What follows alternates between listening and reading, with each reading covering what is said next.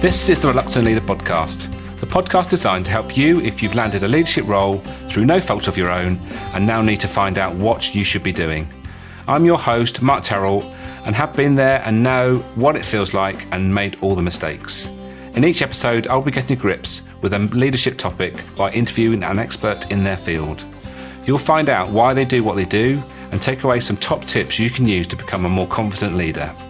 For more content and to keep in touch with how the project is developing, go to www.thereluctantleader.co.uk. If you have any comments about the episode, you'll find me on LinkedIn, Facebook and Twitter.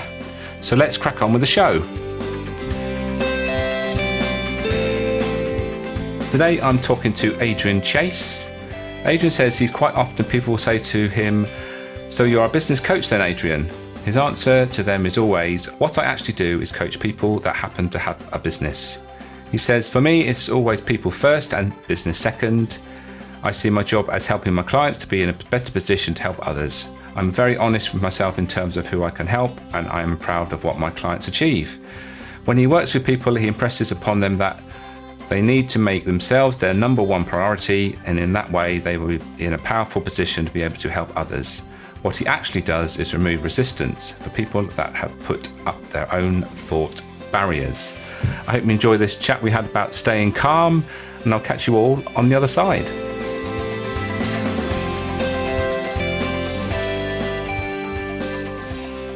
So Adrian, welcome to the Reluctant Leader podcast. Hi, Mark. We met some time ago, and I seem to remember that I think you were one of my first one-to-ones within a networking environment because of a previous my retail background. Never did networking, but I seem to remember it was quite a while ago. But I think you were a one-to-one, and anybody that's wondering what a one-to-one is, it's just a meeting when two people after a networking meeting sort of get together and have a chat. So that was, I think that's our first time when we had a bit of a really proper discussion. But here we are again having another discussion. So. Yeah, sure. Yeah. So before we get stuck into the topic, we're going to be talking about staying calm. Before we do that, let's tell us about why you do what you do, and what was that pivotal moment that took you down that path? Yeah, I think, I quite often think, and I ask my clients to look back through their lives, and quite often there's this thread that runs through your life, and you don't really appreciate it maybe at the times you think about it. It's only when you look back on your life and you think, I was like that then. When the situations happened, I was like that then. So that's what I must be like. And we don't realize it until someone really brings it out of us. So my story is quite simple, really. I worked, like yourself, in retail for a long time. And I sort of left. Didn't know really what I was going to do. So I took up bookkeeping and accounts. Anyway, I've been networking a while, and it was okay. It wasn't mega successful, but it was okay. And I met a coach called Dave Smith, who said to me, would you want to be better at networking, landing more clients? And I said, well, yeah, that would be marvelous. And he said, well, I can help you do that, Adrian. And so I sort of took the plunge. It was a big decision for me at the time. And being in the corporate world for that length of time, I'd never even heard of coaches, didn't know what they were, what they did or anything. And within 3 or 4 months, I was landing clients, sometimes 2 in one meeting. And it was all about really the way he'd got me to think, and the way I asked questions, the way I spoke about how I helped people. And the reason I mention this is because I've always been one that liked to help people. Back in my retail days, I was more than chuffed to have people promoted from my department.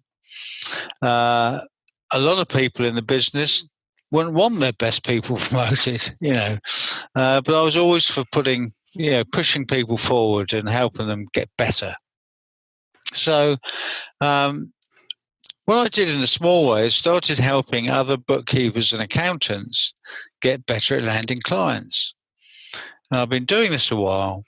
And what happened was I met another coach, guy called Basmini.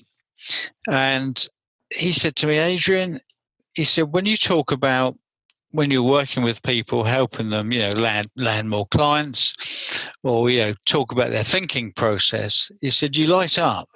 You don't light up when you talk about bookkeeping and accounts. So what he did is said to me, I can help you get to that place where, possibly you can do it full time. So that's what happened. So in a way, I sort of call myself a product of a product because I've been coached, because I got fascinated by it, because I got better at coaching myself. I now do the same for other people that was done to me. In other words, I was a bit lost. I wasn't sure where I was going to go. And now most people that come to me, not every time, but most of the time, is because they're in a place where they're a bit confused as to where they want to go. And they're a bit confused as how they're going to achieve that. And all I do really is I get them to get to know themselves really, really well first. And then we start talking about where they really want to go and how they're going to achieve that. So that's really why I do what I do. It's to help others, and it's such a thrill. Yeah, absolutely, 100% with you there, Adrian. And it's interesting what you said about pushing people forward, and I think I relate to that. I was always the one that, when we had like 16-year-olds join our business, it was really, I always had at the back of my mind that when they leave, because I knew they would leave and probably go to university or whatever, and it's what are they going to be like in that 2-year period, and how can I help develop them? And that has always been something that was always at the back of my mind, but probably wasn't something that was focused. But that comes to the forefront when you start coaching, is that actually that's the one thing that I really, lights me up, because I want to see people shine and develop and get, and, make the most of their opportunities.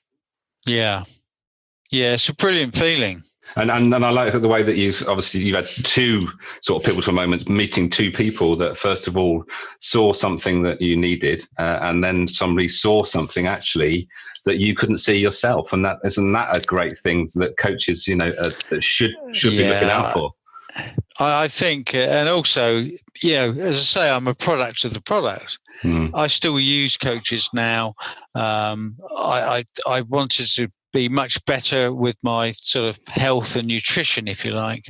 And I'm a great believer in if there's so much misinformation about. So go and speak to an expert, go and speak to someone that knows what they're doing, which is what I did. And so now, for example, I'm the weight I wanted to be. I'm as fit as probably I've ever been, in a way. And it's such a great feeling. Brilliant. Excellent. So let's get stuck into the topic today, which is staying calm. And the reason why I chose that is that you mentioned something in your marketing about Chase stays calm. Am I right in saying that? Yeah, Chase keeps calm. Keeps calm. That's right. That's one of my Twitter accounts. Yeah. Yes, I knew I'd seen it somewhere. So obviously it's worked because I've seen it. So hopefully other people have seen it. So I think in a leadership position, one of the traits that we have to learn is really to stay calm in the face of adversity. And we've both come from that retail background, and at times, I'm sure you'll agree, it's very challenging to stay calm.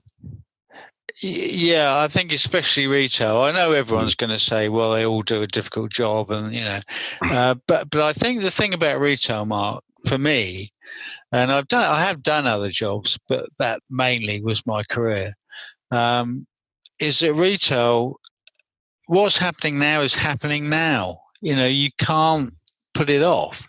So in other words, my simplistic view is, if you've got a great big queue at the tills, you've got to deal with it like now, not, I think I'll sort that out tomorrow, And so in a way, retail is a great teacher in terms of you have to do things pretty quickly. You have to make decisions quite quickly. But alongside that can be a lot of stress, Mm. Yeah, and being in a leadership position in retail, you have to show that that character, that you don't. You have to make quick decisions, but you can't really make decisions that are shooting from the hip. You've got to stay in that place of understanding what the customer wants, but also understanding where your staff and your team are coming from. It's those two angles you've got to think about at the same time. Sure. Mm. And the one thing I know about retail, and I know why I was a good manager, was because when the staff needed me, I was there. What I mean by that, so for example, just keeping it simple, if there was a big queue, I always used to just jump on another till and get the queue down. And while you're doing that, you can be chatting away, talking about all sorts. And that's where the learning is for staff a lot of the time.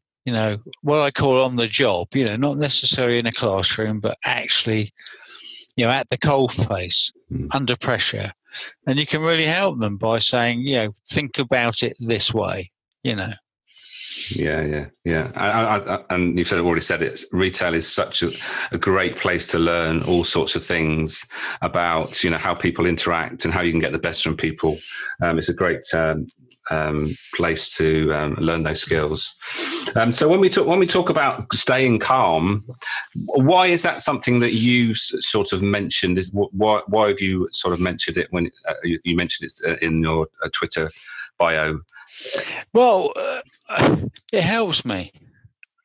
Yeah, it helps me to stay calm.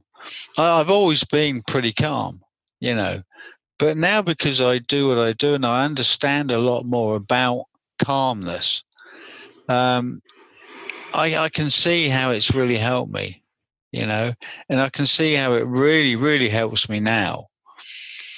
Knowing how to handle things. I mean, that's the thing. So, if you look at the stats, something like 90% of top performers are skilled at managing their emotions in order to remain calm.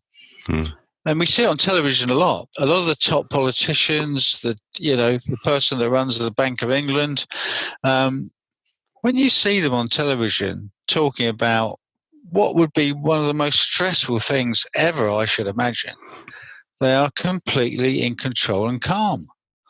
So that's why it's really important. Yeah. So when you're working with your clients, Adrian, how do you introduce that concept? Is it something that you introduce directly, or is it something that you actually, it's what people get from working with you? I think it's a bit of both. The way I start with clients, I talk about human needs. And it's a long old session. I use a set of cards. They're called innate cards, INNATE.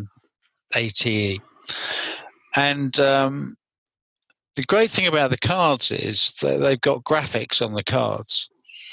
And so people have a visual. Before I used the cards, I used to ask loads and loads of questions, which is the best way to find out information. But these cards are a brilliant conduit for people to, I call, spill the beans. Okay. And before I go through that process with them, I tell them, that they're going to tell me everything I need to know, and that they will spill the beans. And I normally just look at them and say, you will. And they do. And the great thing about that is that it enables them to get everything out. They might tell stories about, what's happened to them in the past. It just brings everything out into the open, which helps me then decide where I first need to take them, So there's some I mean, if I can just tell you a story about something that was really stressing a client, and looking at it in a different way than he was looking at it. So his name's Paul, and he'd been sat with me for 2 or 3 months, and we'd gone through various sessions. And then he said to me one day, "Do you know, Adrian, as we've been talking, I've realised that there's something I really love to do, and I don't do anymore, and that's cycling."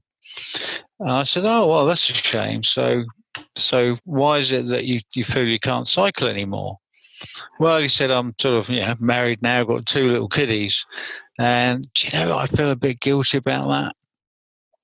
And I said, "Okay." So the first thing I said to him is, it sounds to me as though you feel it's a bit selfish. And he said, "Well, yeah." I said, "Okay, well, if we look at the word selfish, just put a hyphen in the middle.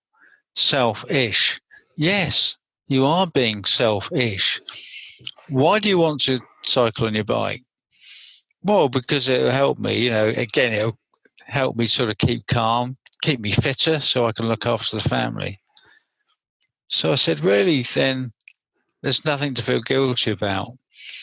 So I just gave him some advice. I said, "Why don't you talk to your wife about it?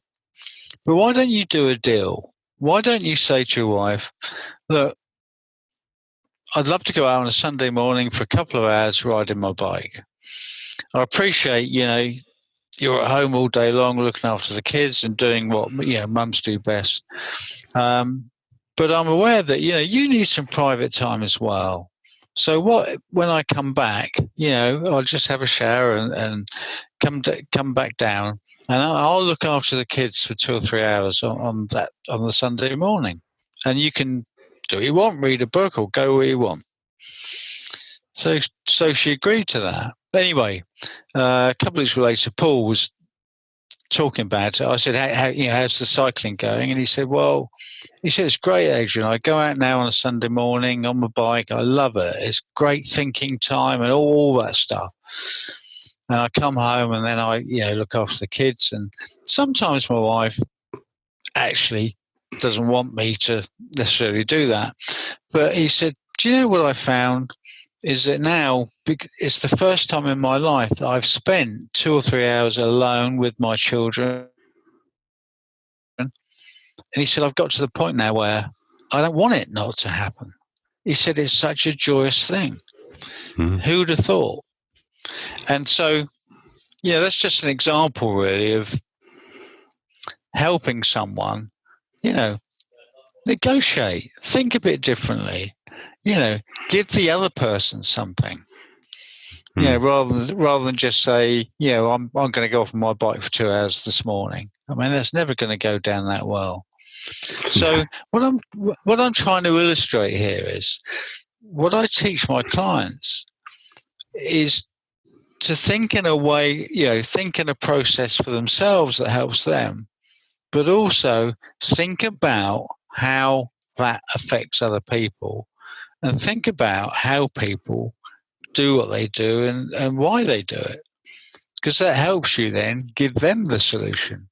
That's a great example. There's a couple of things there, actually, I was going to point out. Firstly, it's the classic, when you're told on the aircraft to put your own mask on if needs be before you're helping others. And illustrates that you've got to be the best person you can be so that you can be the best person for your loved ones. And I think we all lose sight of that, and the things that we really want to do, as long as they're not things that are actually out there and are going to really hurt people, then we should do things because we're going to be a better person for it. That's a really good thing to happen, isn't it? Yeah, and actually something you just said I quite like. This idea of we can do this, but we need to make sure we're not hurting other people as we do it. And so, for example, Paul was a great example, wasn't it, of, give and take. I want this, but I can give you that. And actually, in the end, both of them probably got more than they thought they were going to get. Yeah, and exactly that, and obviously it's a win-win situation, and also something's come out of it that wasn't expected either, and isn't that a great thing? So yeah, it's a great story. It is a great thing. Okay, so going back to this, the topic of leadership and keeping calm. Is there anything you can think back to in your leadership back in your retail days that, staying calm worked for you, or vice versa, where you maybe on an occasion you didn't, and the consequences of that? Yes, a good question for me. Do you know, Mark, I can't hardly think of any occasion where I wasn't calm. It's an interesting thing, but it's true. Yeah. And I notice I had one of the bosses I had, my retail experience, was a fantastic guy, really a great leader.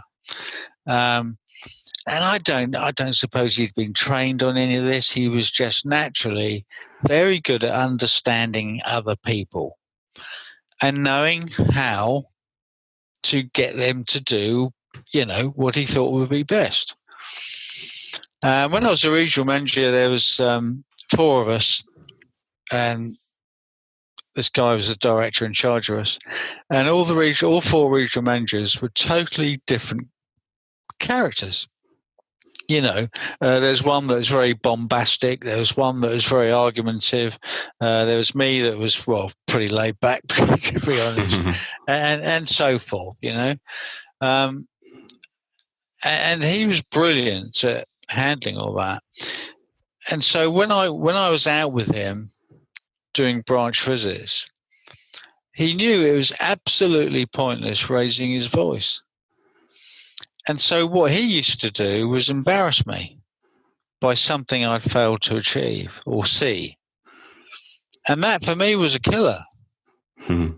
If he pointed out something, you're a great bloke, Adrian, but you haven't noticed that.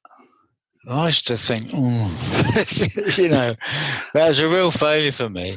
If he'd have shouted at me, I probably just would have walked off anyway, So I think I've always been a pretty calm person, to be honest. It's just the way I am. I guess in that is a bit of a role model for you as well. Obviously, the way you talked about him there, he's obviously someone that you want to aspire to be like. Well, I think we're all looking for people like that. Yeah, what he taught me was that find out how someone's thinking and then react in the correct way for them.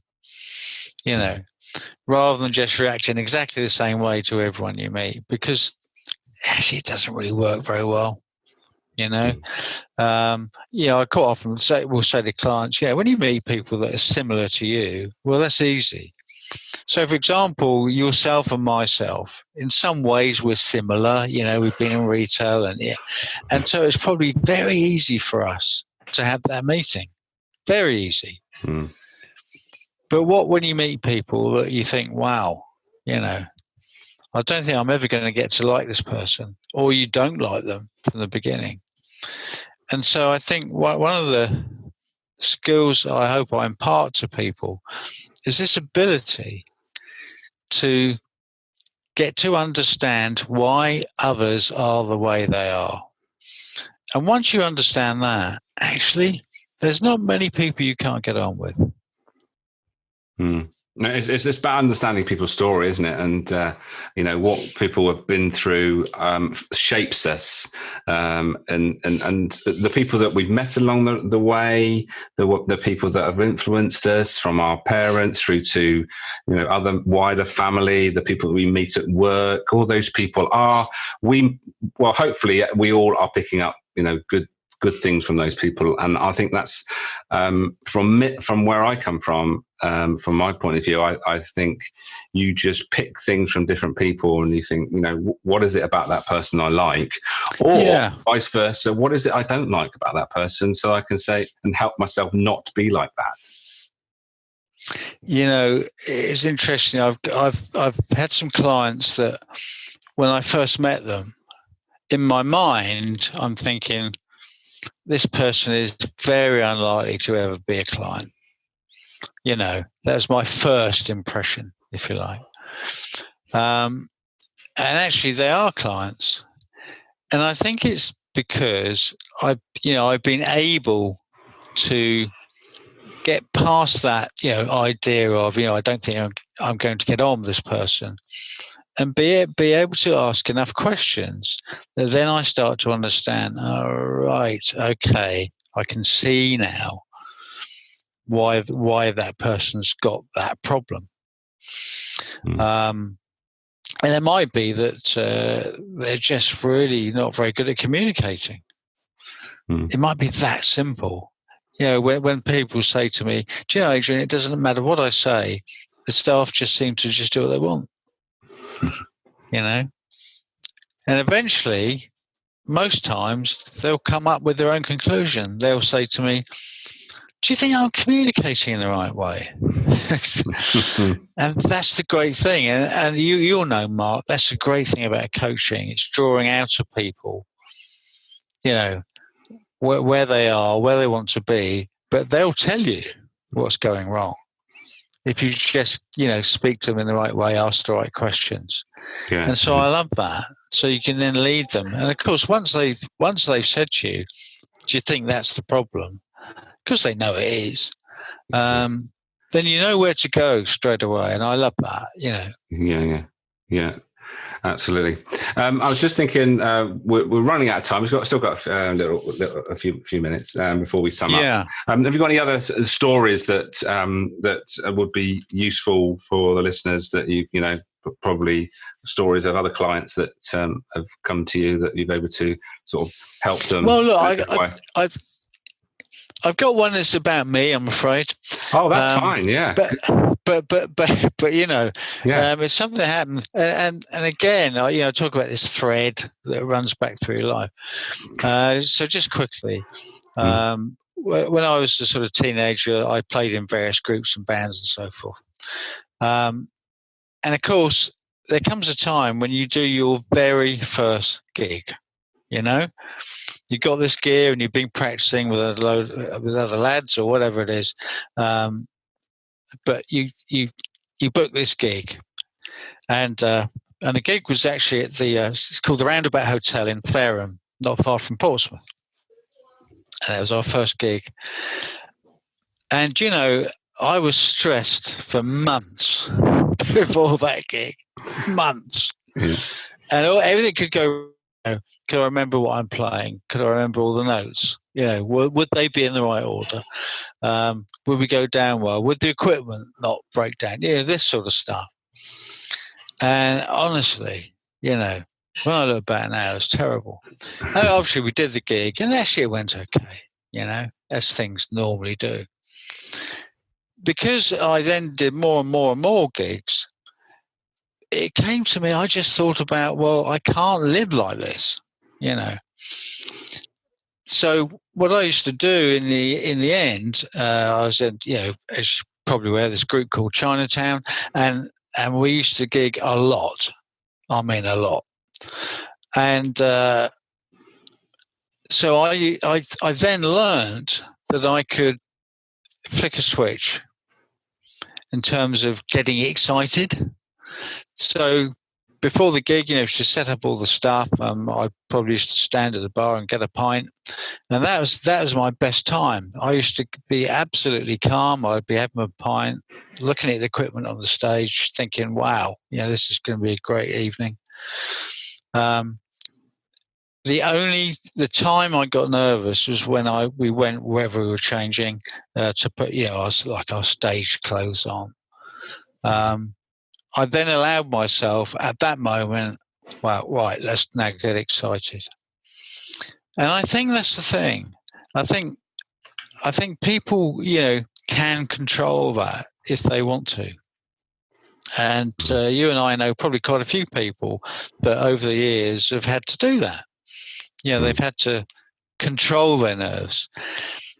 The great lesson really is that it can be done. No one taught me to do that, but it just seemed to make common sense to, say to yourself, this is when I allow myself to get a bit nervous and not before. Yeah. And I guess what you're saying there is actually learning to talk to yourself in a way that you probably would to your best friend, rather than the way that you would, that internal dialogue that's probably, not helping you at all. Yeah, and of course, I didn't discuss it with anyone else. Yeah. Everyone in the band probably had their own way or didn't, Yeah. But it was just a great way of explaining, really, that you can control these things. They're thoughts. And if you've got thought control, then you can control a lot of this stuff.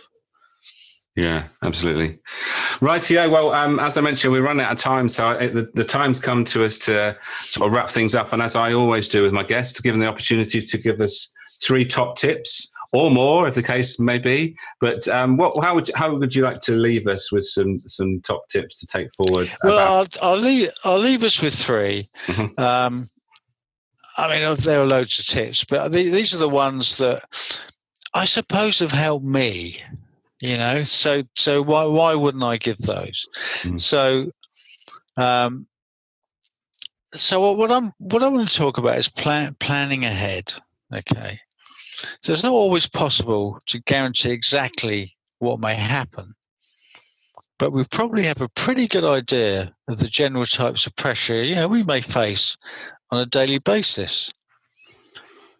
So if we decide in advance on a few possibilities that could occur and how you'll handle them, being present and aware, giving yourself thinking time will make all the difference. And I always say to everyone, see in your mind and imagine the very best outcome. So, you may be giving a speech, you may be going to a network meeting, depending what it is. But see in your mind and imagine the very best outcome. The other one really is, and we've heard the expression before, but I think it's a great thing. So don't sweat the small stuff. So some tasks are not actually that important, and we have a habit of building them up. So that they appear more important than they should be. And I think, I don't know about you, Mark, but I think procrastination, and these quite often, will allow us to see that some of them can remain undone for later with no major consequences. Yeah. It's important to remember that whereas we have, and this to me is crucial to get into the mind, worries we have get heavier in the mind the longer we leave them there. So things, that might be on your to-do list, and they're on there, and they're on there, and they're on there, and you think, I really, really, really must be doing this. It might be something like paying the mortgage. The more you keep them in your mind, the heavier they get. They don't get bigger, they get heavier in the mind. And it's important to understand that. So what you'll see some people may even start to physically stoop as these thoughts get heavier. So I just say, setting priorities helps us to maintain a sense of control. So don't allow that to happen. Brilliant and stuff. really the last one I've got, which a lot of people talk about, but it actually works, so it's worth talking about, is control your breathing. So whenever we're anxious, we can't help it. We tend to take quick, sort of shallow breaths. And really, another word for that is hyperventilating. And, it can make us feel dizzy, lightheaded, panicky. That also interferes with your judgment. So I just say, if you catch yourself hyperventilating, try inhaling a deep breath through your nose, holding it for 5 seconds, and releasing it from your mouth. Repeat this exercise until you feel calmer. It is a form of meditation, but it works. And I know I've had moments, not necessarily recently, but moments through my life where Wow, that sure would have helped. Brilliant. I love those. And I must admit, just spending 30 minutes talking to you, I definitely feel calmer just having the opportunity to talk to you for 30 minutes, Adrian. It's been. I love that. So thank you for your time today. You've given a great value, and I hope to see you. We haven't seen each other in real flesh, or in real life, or whatever you want to call it. For some time, we must do that shortly. But for now, thank you again, and have a great day. Thank you ever so much, Mark. It's been a brilliant chat. Thank you.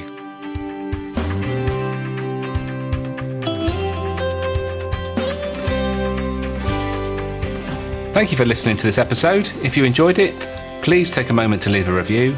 Don't forget to check out the Reluctant Leader project at www.thereluctantleader.co.uk. Make a note to start, stop, or continue doing whatever struck a chord in this episode. And until next time, be the best you can be.